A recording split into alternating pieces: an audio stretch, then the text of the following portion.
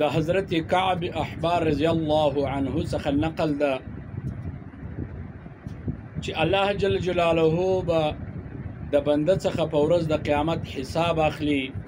نو کله چې د هغه بدی په نیکی زیاته سي نو هغه ته به حکم د دوزخ وسي سیدی جهنم ته داخل کی. چې کله فرشته هغه د جهنم په طرف روان کی نو الله تعالی به حضرت جبرائیل علیه السلام ته وفرمایي چې زما بنده لورسه او پوښتنه ځین وکړه چې په دنیا کې د کوم عالم په مجلس کې ناسته کړې ده، په دنیا کې د کوم عالم سره کښېنستلی ده په مجلس کې چې زه دغه په سفارش وبخشم.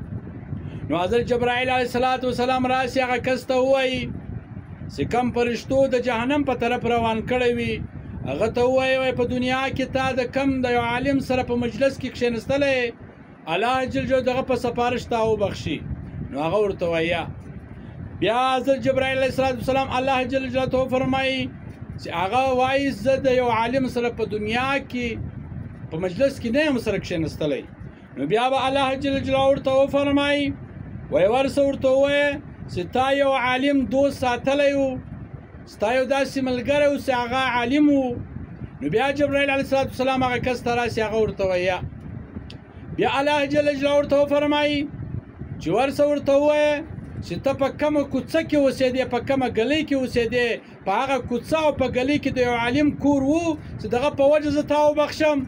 نو هغه ورته وایه چې زه په کومه کوڅه او په ګلۍ کې اوسېدم، په هغه کوڅه او په ګلۍ کې د یو عالم کور هم نه و. نو بیا الله جل جلاله ورته وفرمایي چې ورسه ورته ووایه چې ته په سرخان باندې د یو عالم سره کښېنستلی، تا خوراک کړی دی په یو سرخان باندې. نو هغه ورته وایي چې یا. بیا الله جل جلاله حضرت جبرائیل علیه السلام ته وفرمایي چې د ده نوم د یو عالم د نوم سره برابر ده چې زه یې وبخشم. نو هغه جبرائیل علیه السلام چې عکس ته ووایي هغه وایي نه ده برابر. نو ای زما عزتمند ورونو مسلمانانو، الله جل جلاله ورته وفرمایل و یو عالم د دوست ساتلی ده او د یو عالم سره د مجلس کې کښېنستلی او په هغه کوڅه کې ستا کور ده چې د عالم کور وي او د یو عالم سره په یو سرخان ډوډۍ خوړلې ده چې زه دې وبخشم. نو دې کس ورته وویل چې یا.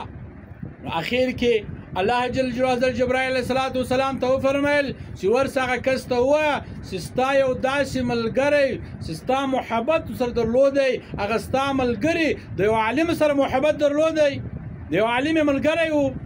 نو هغه کس ورته وایي چې و زما یو ملګری ده، زه د هغه سره محبت لرم، هغه بیا د بل یو عالم سره محبت درلودی، د هغه سره ملګرتیا وه.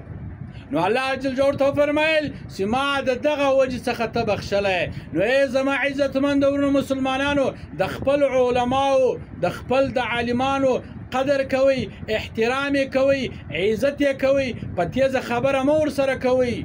نو ځکه د علماو سره کښېنئ په مجلس کې دا هم ستا په دې دنیا فایده ده هم د په آخرت فایده ده. داسې کله ناکله د علماو سره کښېنو او دغو په مجلس کې شرکت وکړو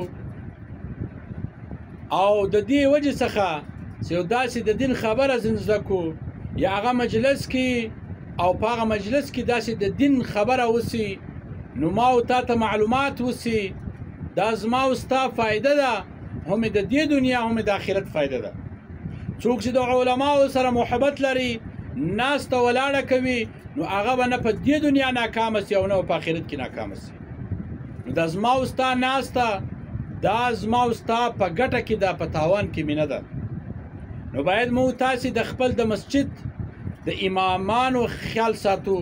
داسې اکثره داسې کسان وي چې مسجد امام وي، دی د امام په نظر نه ورته ګوري، د یو عالم په نظر نه ورته ګوري، چې د څه حق وي کومه تنخواه وي نو ده ته هغه پوره هم نه ورکوي، چې کله د ده څه تنخواه غواړي نو دی یې په ترش تندي ورکوي.